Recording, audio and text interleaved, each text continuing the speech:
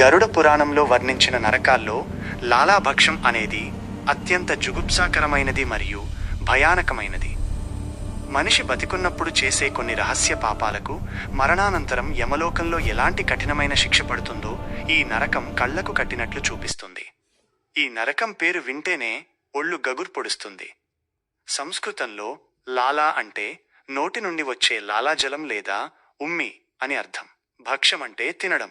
పేరుకు తగ్గట్టుగానే ఈ నరకంలో పాపాత్ములకు దొరికే ఏకైక ఆహారం అసహ్యకరమైన లాలాజలం మరియు శరీర మలినాలు మాత్రమే. మరి ఇంతటి కఠినమైన శిక్ష ఎవరికి విధిస్తారు? గరుడ పురాణం ప్రకారం కామంతో కళ్ళు మూసుకుపోయి విచక్షణ కోల్పోయిన కామాంధులకు ఈ గతి పడుతుంది.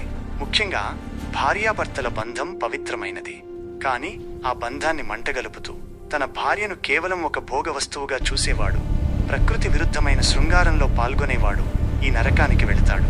తన భార్య చేత బలవంతంగా తన వీర్యాన్ని తాగించడం లాంటి అత్యంత నీచమైన పనులకు పాల్పడే వారికి యమధర్మరాజు ఈ శిక్షను నిర్ణయించాడు.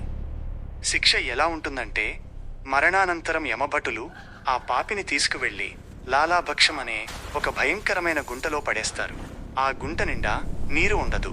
అది కేవలం ఉమ్మి, చీము, రక్తం, వీర్యం, మలమూత్రాలతో నిండిపోయి భరించలేని దుర్వాసన వెదజల్లుతుంటుంది. ఆ పాపికి అక్కడ విపరీతమైన ఆకలి, దప్పిక పుడతాయి. కానీ తినడానికి అన్నం మెతుకు కూడా దొరకదు, తాగడానికి చుక్క నీరు కూడా ఉండదు. చివరికి ఆకలి మంట తట్టుకోలేక, గత్యంతరం లేక ఆ గుంటలో ఉన్న ఆ అసహ్యకరమైన ద్రవాలనే దోసిలితో ఎత్తి తాగాల్సి వస్తుంది. వాటినే తినాల్సి వస్తుంది.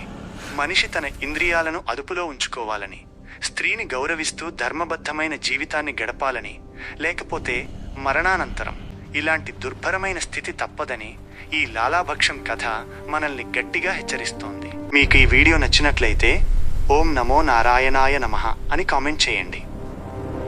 మరిన్ని వీడియోల కోసం మా ఛానల్ను సబ్స్క్రైబ్ చేసుకోండి.